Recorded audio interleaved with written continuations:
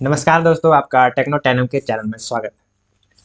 तो हम लोगों ने कल देखा था कि what are the 6 types of keys in MySQL the basically we use in database. और उससे पहले मैंने कुछ बेसिक कमांड्स बताया था कि टेबल कैसे क्रिएट करते हैं और उसके अंदर वैल्यूज कैसे रखते हैं। तो चलिए आज हम लोग समझते हैं what is E R diagram. E R diagram stands for entity relation diagram. मैं आज आपको समझाता हूँ what is E R diagram and how we can draw E R diagram. देखिए, ये बहुत ही ज़रूरी हिस्सा है इसका, ये डेटाबेस का, कि एंटिटी रिलेशनशिप डायग्राम क्या होता है।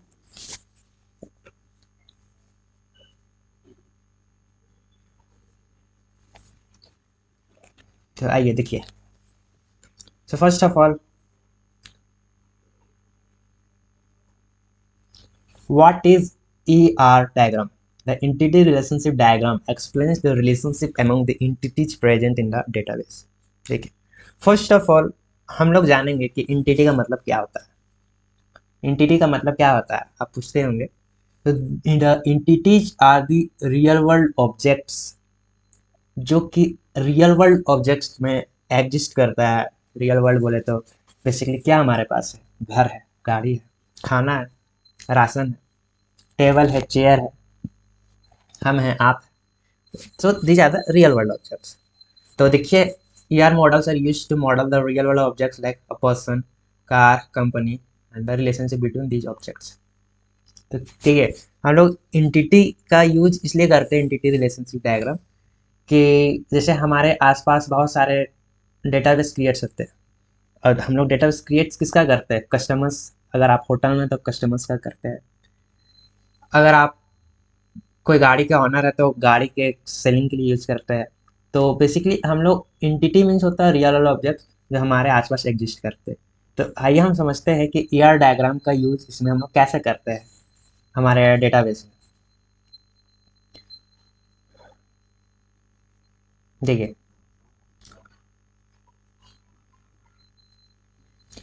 वो सबसे पहले हम जानते हैं ईआर डायग्राम का यूज क्यों होता है हमारे डेटाबेस में।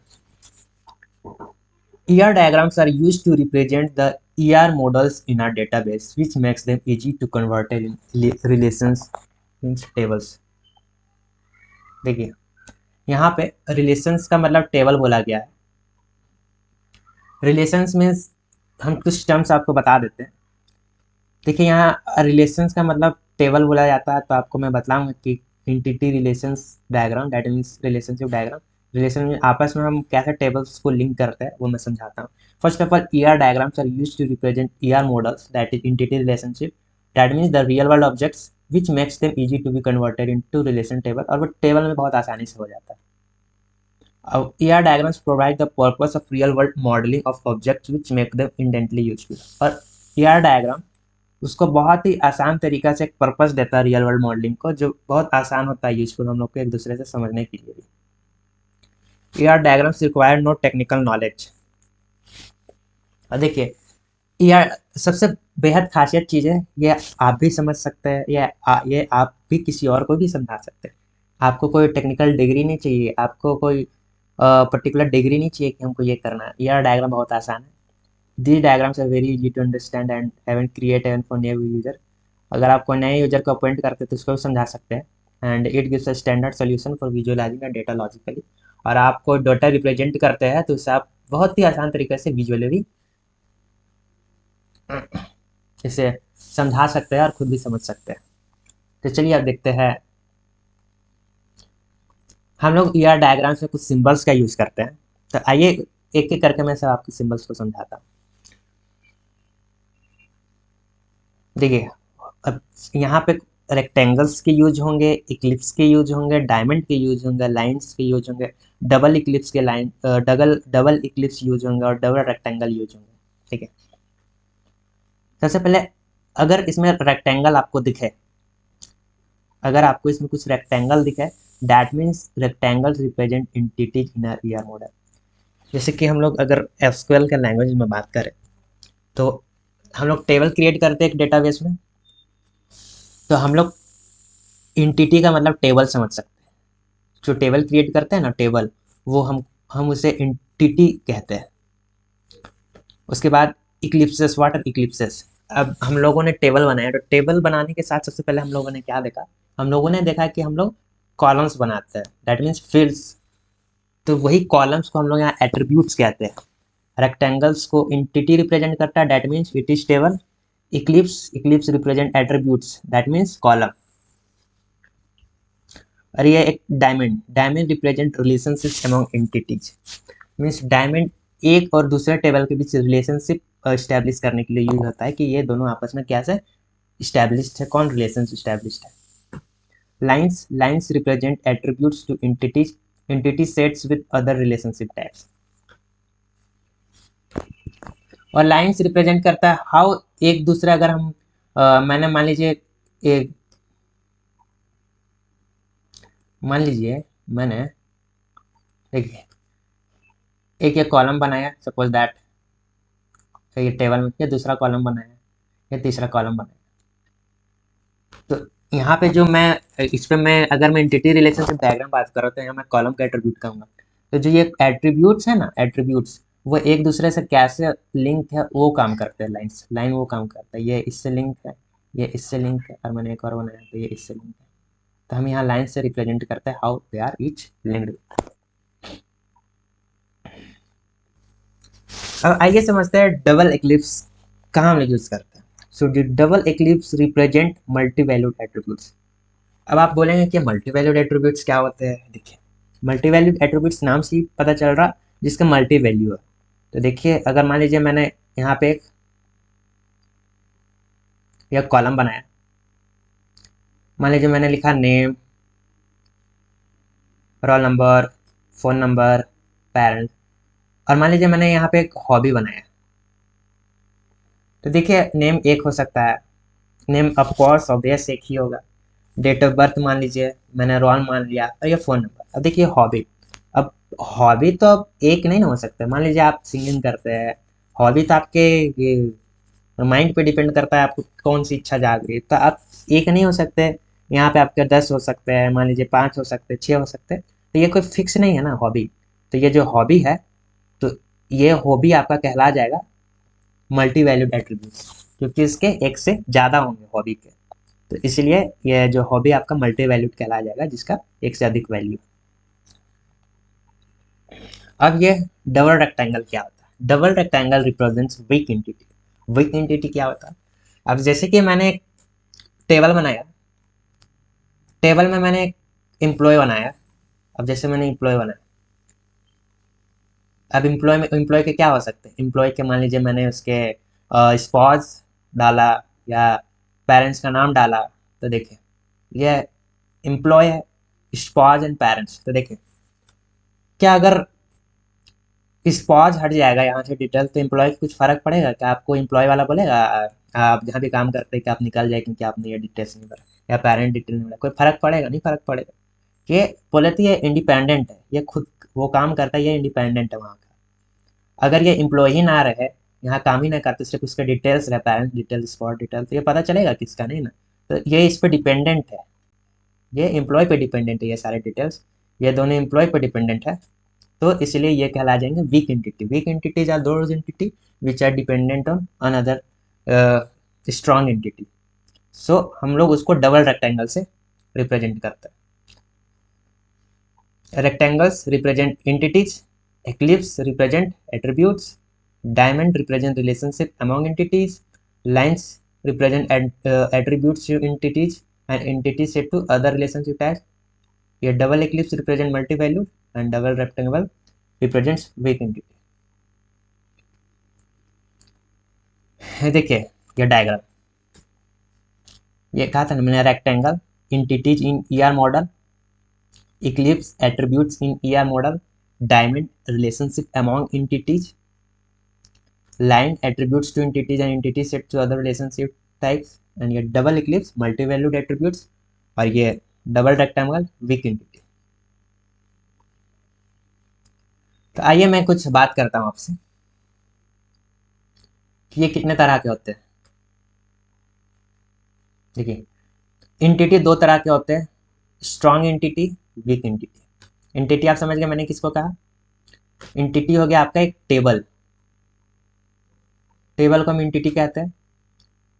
Attribute, attribute are the columns, जो टेबल के अंदर कॉलम्स होते हैं।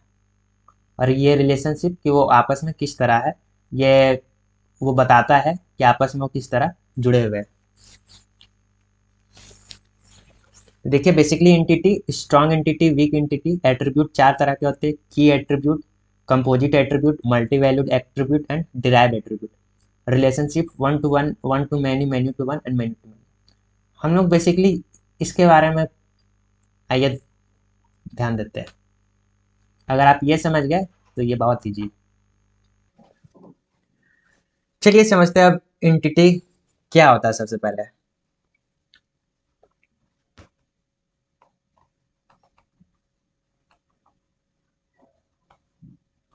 देखिए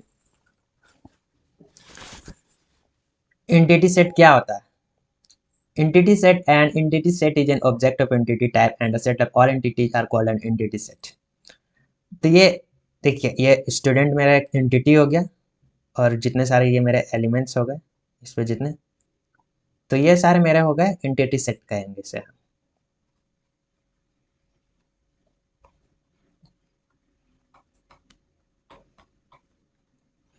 देखिए स्टूडेंट एंटिटी मीन्स ये टेबल हो गए और ये मेरा एक कॉलम हो गया और ये मेरे रोज हो गए, row one, row two, row two, that means record one, record two, record three. अब चलिए समझते हैं स्ट्रॉन्ग एंटिटी क्या होता है। A strong entity is a type of entity that has a key attribute. A strong entity does not depend upon the other entity in the schema. It has a primary key that helps in identifying it uniquely and it is represented by a rectangle। देखिए ये जो strong entity होता है मैंने बताया, जैसे एक employ का है और एक साथ में उसका डिटेल्स है, मान लीजिए स्पॉज एंड पेरेंट डिटेल्स। तो जो ये एम्प्लॉय है ये आपका कहलाया जाएगा स्ट्रॉन्ग एंटिटी, और जो ये parent detail that means parent name and sponge details वगैरह, स्पॉज नेम वगैरह, ये सारे आपके वीक एंटिटीज हो गए क्योंकि ये दोनों आपके एम्प्लॉय पे डिपेंडेंट हो रहा है। तो स्ट्रॉन्ग एंटिटी जो इंडिपेंडेंट होता है, weak entity that is dependent upon strong entity. तो an entity that has a key attribute that uniquely identifies each entity in the entire set, but the some entity type exists for which key attributes cannot be defined, these are called weak entity defined। that means इस पे define ही नहीं हो सकते की attributes. अगर मान लीजिए मैं स्ट्रॉन्ग एंटिटी हटा दूँ तो ये दोनों कोई काम के ही नहीं बचेंगे फिर। और देखिए स्ट्रॉन्ग एंटिटी में एक प्राइमरी की जरूर होता है, मैंने बताया था, समझाया था। Primary key which is unique and not null value and which is helps to identifying it uniquely.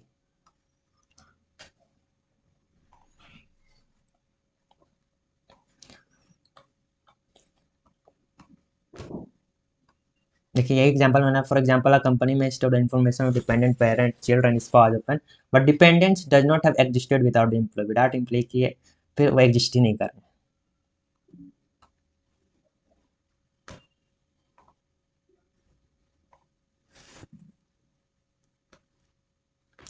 और वीक एंटिटी को हम लोग डबल रेक्टेंगल से डिनोट करते हैं।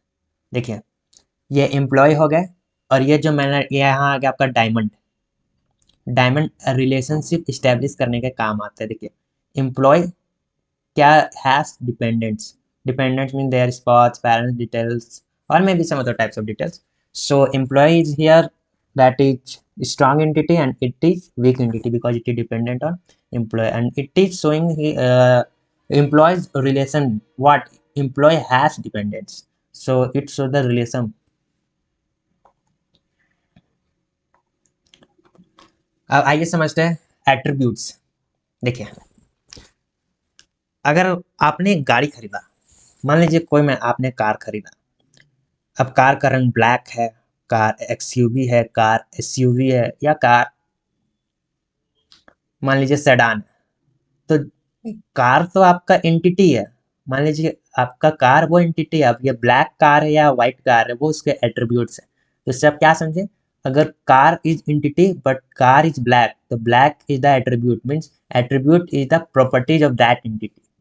ठीक है, तो जो एंटिटी के प्रॉपर्टीज होते हैं उसे हम एट्रीब्यूट्स कहते हैं। सो हम लोग का क्या समझा, attributes are the properties that define the entity type. ठीक है। For example roll number, name, date of birth, age, address and mobile number are the attributes. और अगर हम लोग एसक्यूएल के लैंग्वेज में एट्रीब्यूट कहेंगे फील्ड्स को।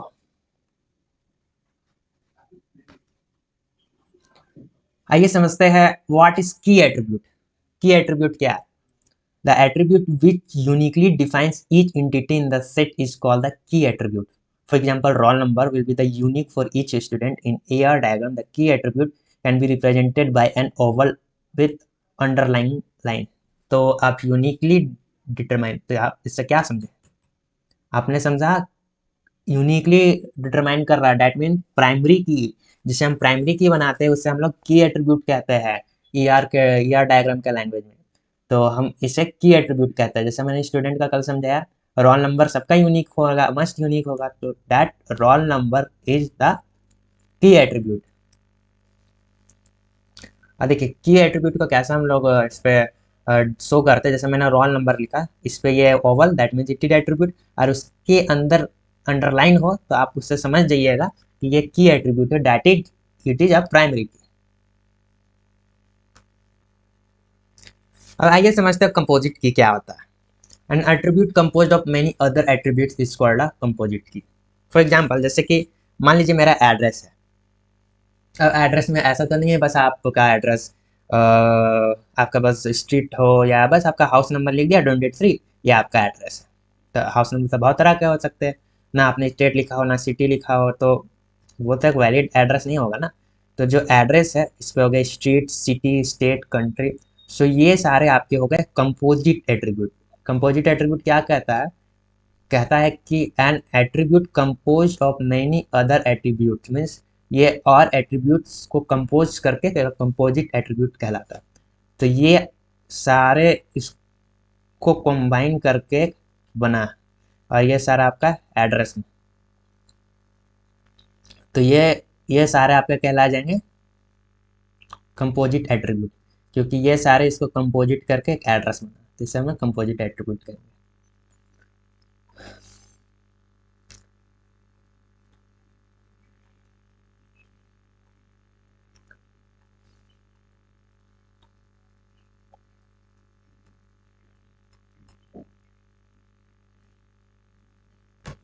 और देखिए मल्टी वैल्यूड एट्रीब्यूट।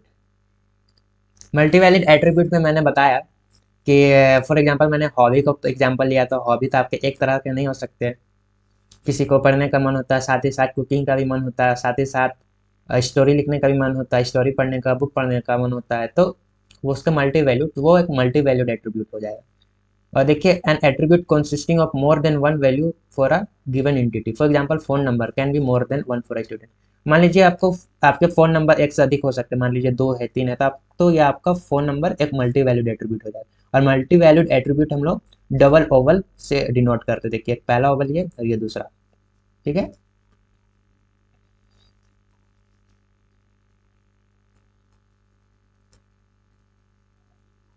देखिए अब नेक्स्ट है हमारा डिराइव्ड एट्रीब्यूट। देखिए डिराइव्ड एट्रीब्यूट क्या होता है? An attribute that can be derived from other attributes of the entity is known as a derived attribute. For example, age. Age can be derived from date of birth. The derived attribute is represented by a dashed over. नहीं, देखिए derived attribute वो होता है जो किसी से derive होके बना हो, किसी से उसका खुद का सेल्फ रिप्रेजेंटेशन नहीं है, वो किसी से डिराइव्ड होके बना हो। देखिए मान लीजिए मैं पूछ रहा हूँ आपका एज क्या है। अब आप कैसे कैलकुलेट कीजिएगा एज? एज आप कैलकुलेट कीजिएगा, मान लीजिए आपका ये डेट ऑफ बर्थ है, मान लीजिए आपका डेट ऑफ बर्थ है, तो आपका एज, अब डेट ऑफ बर्थ जो प्रेजेंट ईयर है, क्या आप जनरली करते हैं? आप प्रेजेंट ईयर से अपना original date of birth minus करते हैं, तब आपका एज निकलता है। तब क्या आप आज का दिन मान लीजिए आप डेट के अनुसार गिनिएगा, आज का कुछ आपका है इतना साल, इतना महीना, इतना दिन हो, तो क्या आपका एक महीना बाद भी सेम हो वही आपका एज होगा? या आपका 2 साल बाद भी आप 18 साल है तो 2 साल बाद भी 18 चल रही है, नहीं ना? आपका एज चेंज होता रहेगा, आपका 20 साल, 21 साल, 22 साल, ऐसे ही ना बढ़ता रहेगा। तो इसका एक फिक्स वैल्यू नहीं है, वो चेंज होते रहेगा, और वो किसी से डराइव होकर बन रहा है, कैन बी डराइव। सो इसको हम लोग रिप्रेजेंट करते हैं ये dot dot dot dot oval से, that is called dashed oval. तो डैश्ड ओवल से जो उसको रिप्रेजेंट करते हैं, और इसका ये खुद का रिप्रेजेंट नहीं होता, वो किसी से डिराइव होके बनता है।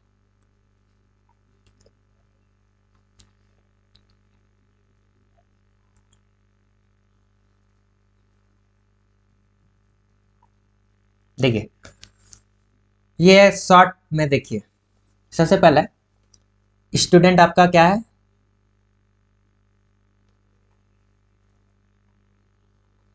स्टूडेंट आपका एंटिटी मान लीजिए मेरा एक टेबल है, ठीक है, स्टूडेंट मेरा टेबल बना, ये मेरा एंटिटी, ये सारे मेरे हो गए attributes, roll number, name, date of birth, phone number and age, ये सारे मेरे एट्रीब्यूट हो गए, ये एड्रेस, ये मेरे इसके एट्रीब्यूट्स हो गए। That means these are, it is the, अगर आपको टेक्निकल लैंग्वेज में समझना है, this is my student my table and these all address, roll number, name, date of birth, phone number, age are the columns that we created. तो देखिए यहाँ पे हालांकि फुल होना चाहिए, बट यहाँ पे ये एक attribute that is Oval shape, या रोल नंबर, नेम, ठीक है, और इसके नीचे में एक अंडरलाइन होना चाहिए, आप जरूर लिखिएगा। This is the key attribute, key attribute मैंने समझाया that is primary key, it is uniquely define the whole entity. तो ये आपका की एट्रीब्यूट हो जाएगा, ये आपका normal attribute, date of birth, phone number, देखिए ये आपका double oval shape that is multi valued, एक से अधिक फोन नंबर हो सकते हैं, age that is dash over, ये डेराइव्ड है इसलिए डैश ओवर, और ये आपके हो गए कंपोजिट एट्रीब्यूट, दैट मीन्स ये इससे कंबाइन होकर बने, कोई country, state, city and street, तो ये सारे आपके हो गए कंपोजिट एट्रीब्यूट।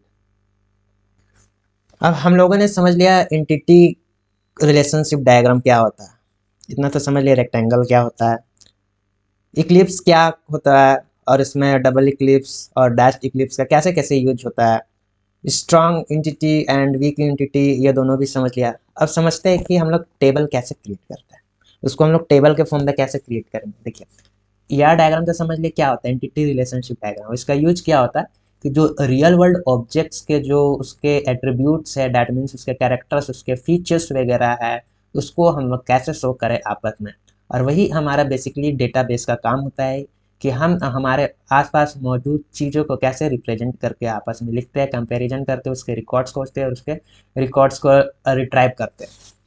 तो इसी को हम, बहुत ही आसान है, आप बस इसे ध्यान से देखें, reduction of ER diagram to table, इसे आप ध्यान से देखिए।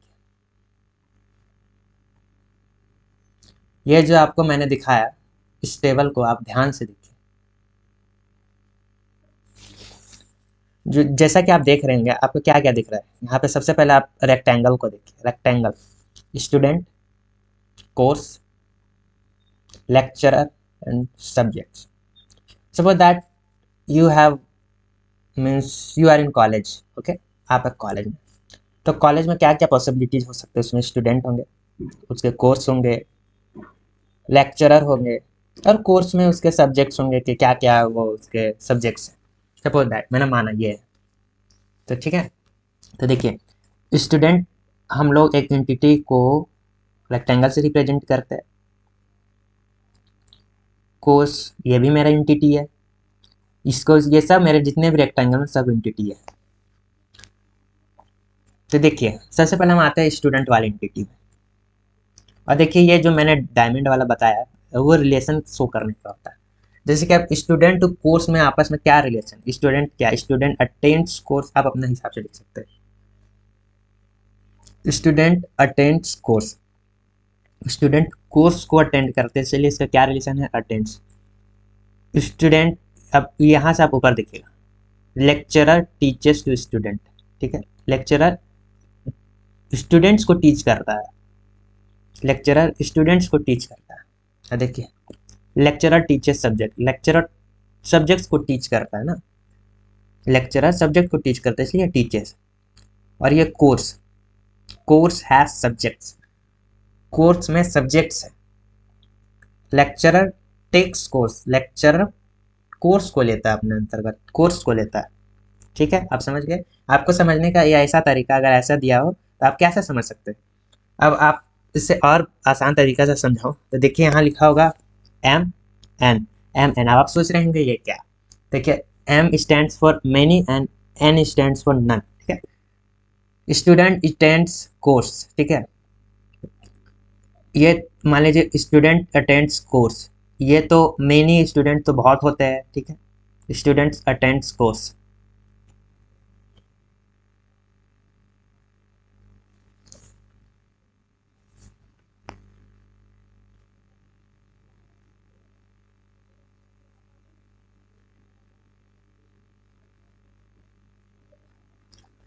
ठीक है, आप लोगों ने ये इतना समझ लिया ये कैसे है। अब मैं इसका क्या अंदर है मैं आपको शो करता हूँ। देखिए अब इसके अंतर क्या क्या है। स्टूडेंट के क्या क्या पॉसिबिलिटी, स्टूडेंट नेम होते हैं, एड्रेस होते हैं, कोर्स होते हैं, स्टूडेंट आईडी होते हैं, एज होते हैं, हॉबी होते हैं और डेट ऑफ बर्थ होते हैं। देखिए सब एंटिटी का रिप्रेजेंटेशन है। ये इक्लिप्स, इक्लिप्स के अंदर ये स्टूडेंट आईडी को अंडरलाइन किया हुआ है, date is key attribute, date is it is a primary key, age को डैश ओवल से, date means it is a derived attribute. और हॉबी को देखिए मैंने बताया था, हॉबी को एक डबल ओवल से क्या किया क्योंकि ये एक मल्टी वैल्यूड है। Date of birth simple attribute. और एड्रेस, देखिए एड्रेस कंपोजिट एट्रीब्यूट है, तो देखिए इस सब से मिलकर एक एड्रेस बन रहा है, तो इसलिए कंपोजिट एट्रीब्यूट रहेगा तो ये इस तरह रहेगा। और ये आपका कोर्स आईडी क्या है। अब देखिए कोर्स, कोर्स में क्या क्या है। कोर्स में course ID and course name. Course ID में underline that is key attribute.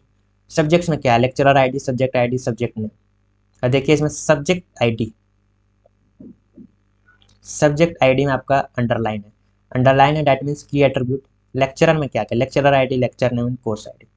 तो ये देखिए लेक्चरर आईडी है वो आप अंडरलाइन है उसमें, तो date means it is the key attribute. तो आपने देखा होगा कि जितने सारे एंटिटी है सब में की एट्रीब्यूट है, ध्यान दिया होगा। जितने एंटिटी है सब में की एट्रीब्यूट है। ये हो गया student ID, course ID, subject ID and lecturer ID. तो देखा चारों में आपका एक की एट्रीब्यूट है क्योंकि ये इसको यूनिकली आइडेंटिफाई कर रहा है। तो इसीलिए मैंने बहुत पिछले वीडियो में कहा था कि हर टेबल में एक प्राइमरी की होना जरूरी है। तो यहाँ पे ये शो कर रहा है कि प्राइमरी की किस तरह इंपॉर्टेंट है, की एट्रीब्यूट आर हाउ यूजफुल। अब आइए देखते हैं कि टेबल को सबसे बनाने का, ईआर डायग्राम को टेबल में कन्वर्ट करने का सबसे पहला स्टेप क्या होगा।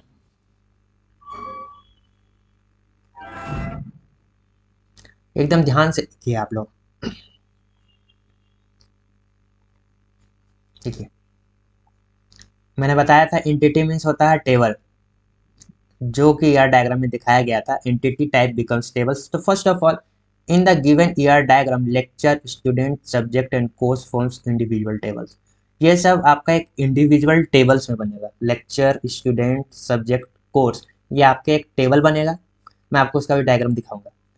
तो सबसे पहले मैं आपको समझाता हूँ, उसके बाद डायग्राम दिखाऊंगा। इन द ईआर डायग्राम, ये पांचों पॉइंट आप एकदम जरूर से जरूर दिमाग में बैठा लीजिए क्योंकि ये आपके आगे वाले आने वाले परीक्षाओं में बहुत ही महत्वपूर्ण रहेंगे। तो ईआर डायग्राम में lecture, student, subject, course, table, क्योंकि ये एंटिटी था, एंटिटी टाइप बिकम्स टेबल, वो टेबल क्रिएट हो गया। Second step, all single valued attributes becomes a column for the table. देखिए मैंने कहा था ना ऑल सिंगल वैल्यूड एट्रीब्यूट, यहाँ देखिए याद रखिए सिंगल वैल्यू, मल्टी वैल्यू नहीं, सिंगल वैल्यू। देखा, सिंगल वैल्यू, आप मल्टी वैल्यू मत लिखिएगा, याद रखिए all single valued attribute becomes a column for the table. तो जो सिंगल वैल्यूड एट्रीब्यूट है वो कॉलम बनते हैं। जैसे स्टूडेंट एंटिटी में student name, student ID form the column of the student table, ये स्टूडेंट टेबल का कॉलम क्रिएट करेगा। उसी तरह course name, course ID form the column of the course table, ये दूसरा टेबल आपका है, ये दूसरा टेबल में बनेगा और ये सारे आपके कॉलम बनेंगे, स्टूडेंट नेम, स्टूडेंट आईडी। उसी तरह कोर्स टेबल में course name and course ID column बनेगा। अब देखिए दूसरा हो गया, तीसरा आते हैं। सबसे सिंपलेस्ट वे में मैं आपको बता रहा हूँ, a key attribute of the entity type becomes represented by the primary key. देखिए मैं बताया था ना की एट्रीब्यूट प्राइमरी की होता है।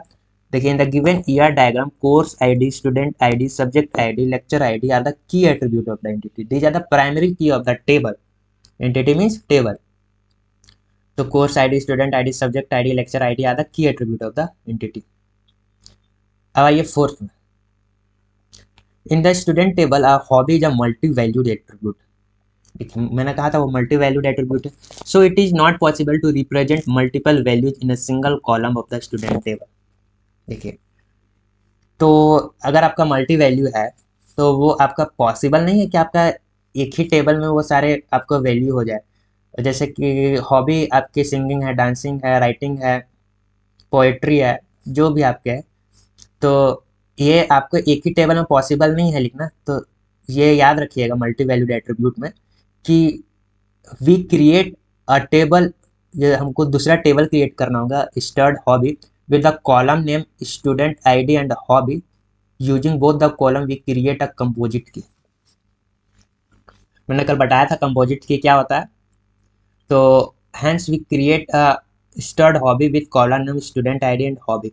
हम एक दूसरा टेबल, हमको उसी में एक और अनदर टेबल क्रिएट करना पड़ेगा जिसमें हमको ये दोनों नाम student ID and hobby using both the column we create a composite key, हमें एक दूसरा टेबल में उसमें लिखना पड़ेगा। हम सेम ही टेबल में हम, जैसे ये स्टूडेंट टेबल का था ना, मैंने ये स्टूडेंट टेबल, तो हम ये हॉबी स्टूडेंट टेबल में नहीं लिखेंगे क्योंकि ये मल्टी वैल्यूड है। हमें एक अनदर टेबल क्रिएट करना होगा student hobby with column name student ID and hobby. देखिए स्टूडेंट आईडी इसलिए क्योंकि ये प्राइमरी की बनेगा हमारा वहाँ पे स्टूडेंट आईडी, इसीलिए उस टेबल में प्राइमरी की बनाने के लिए ये रखेंगे हम लोग स्टूडेंट आईडी एंड हॉबी, और हॉबी में फिर हम वहाँ लिखेंगे अपना।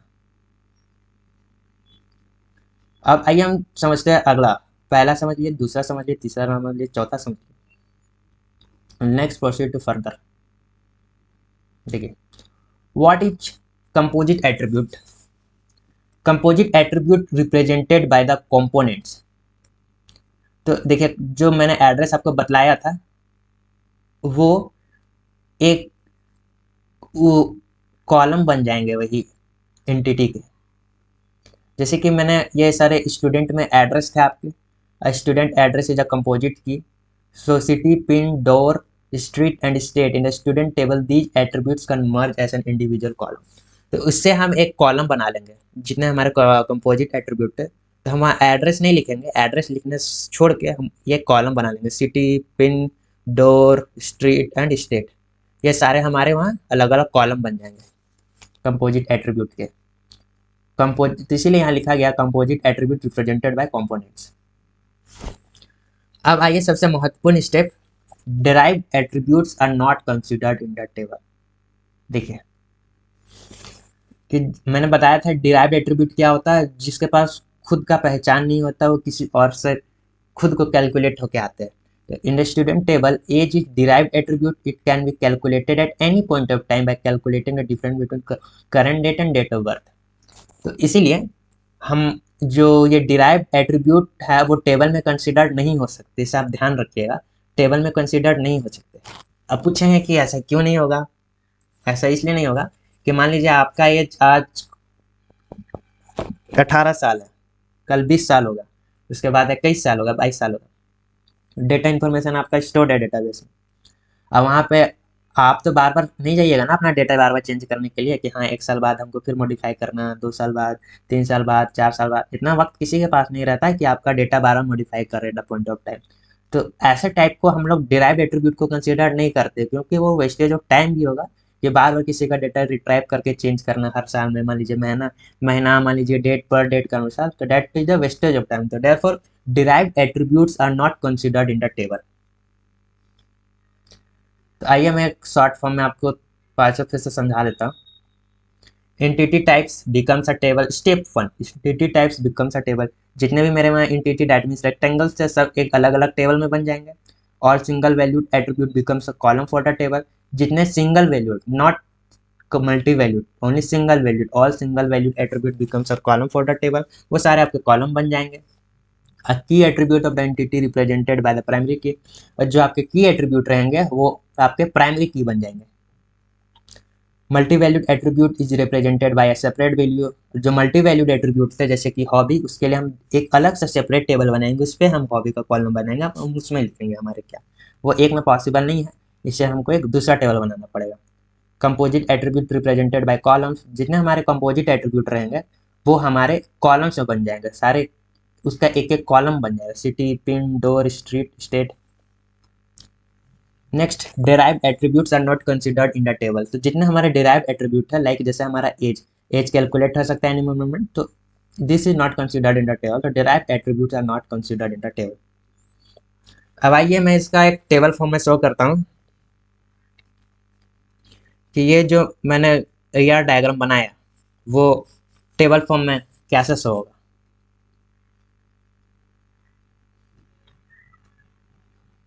देखिए, वहाँ हमने देखा था स्टूडेंट एंटिटी था, लेक्चरर एंटिटी था, सब्जेक्ट एंटिटी था, कोर्स। वहाँ तो हम लोगों ने 4 देखा, लेकिन यहाँ एक एक्स्ट्रा कैसे बन गया। मैंने बताया मल्टी वैल्यूड था, हॉबी मल्टी वैल्यूड था, तो हॉबी को हम लोग स्टार्ट हॉबी से एक न्यू टेबल क्रिएट करके उस पर एक कॉलम बनाए जिसमें student ID and hobby. Student ID को यहाँ इसलिए रखे क्योंकि ये प्राइमरी की तरह यहाँ एक्ट करेगा, और ये हॉबी पे आप अपना वैल्यू अपने डिफरेंट टाइप्स ऑफ रख सकते हैं। तो वहाँ पे क्या क्या था देखिए, स्टूडेंट आईडी,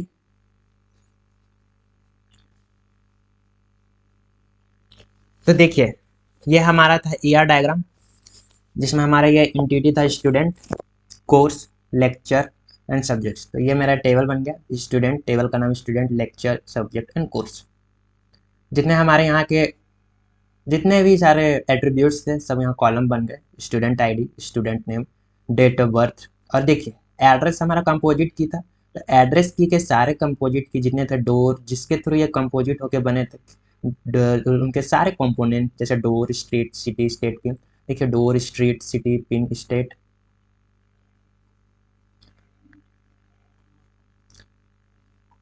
पिन, स्टेट।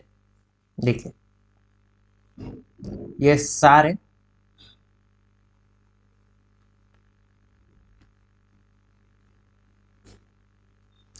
ये सारे के सारे आपके यहाँ पे एक डिफरेंट कॉलम्स बन गए। तो यहाँ पे एड्रेस था ना, तो यहाँ पे हम एड्रेस नहीं लिखेंगे बल्कि उसके सारे कंपोनेंट्स लिखेंगे। और देखिए कोर्स आईडी था, तो ये सब सिंगल वैल्यू थे, तो ये सारे आपके कॉलम बन गए। उसी तरह लेक्चरर में थे lecturer ID, lecturer name, course ID. देखिए जो ये स्टूडेंट आईडी है ना, और ये स्टूडेंट आईडी, ये आपके यहाँ प्राइमरी की बन जाएंगे। लेक्चरर में लेक्चरर आईडी प्राइमरी की, सब्जेक्ट में आपके जो ये सब्जेक्ट आईडी थी ये प्राइमरी की हो जाएंगे।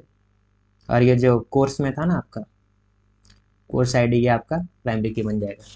तो ये की एट्रीब्यूट का था काम सारा। अब आइए देखिए,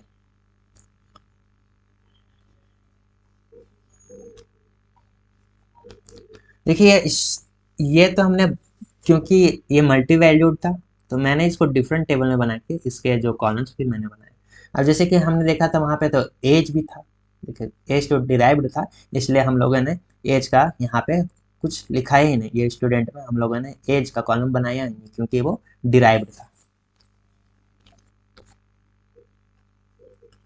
तो सेम आपको इसी तरह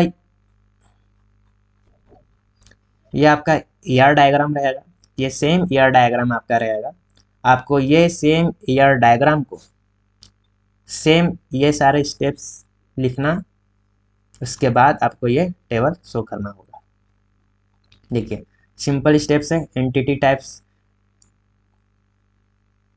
सिंपल 6 स्टेप्स आपका है कैसे हम ER डायग्राम को एक टेबल में बना सकते हैं और टेबल को इस तरह आपको रिप्रेजेंट करना है। होप सो वीडियो पसंद आई हो तो चैनल को सब्सक्राइब करें और वीडियो पे अपना लाइक छोड़ जाए। अगर कुछ भी डाउट हो तो आप कमेंट कर सकते हैं, कुछ सजेशंस हो तो आप कमेंट कर सकते हैं। बाकी चैनल को सब्सक्राइब करें और वीडियो को लाइक करें।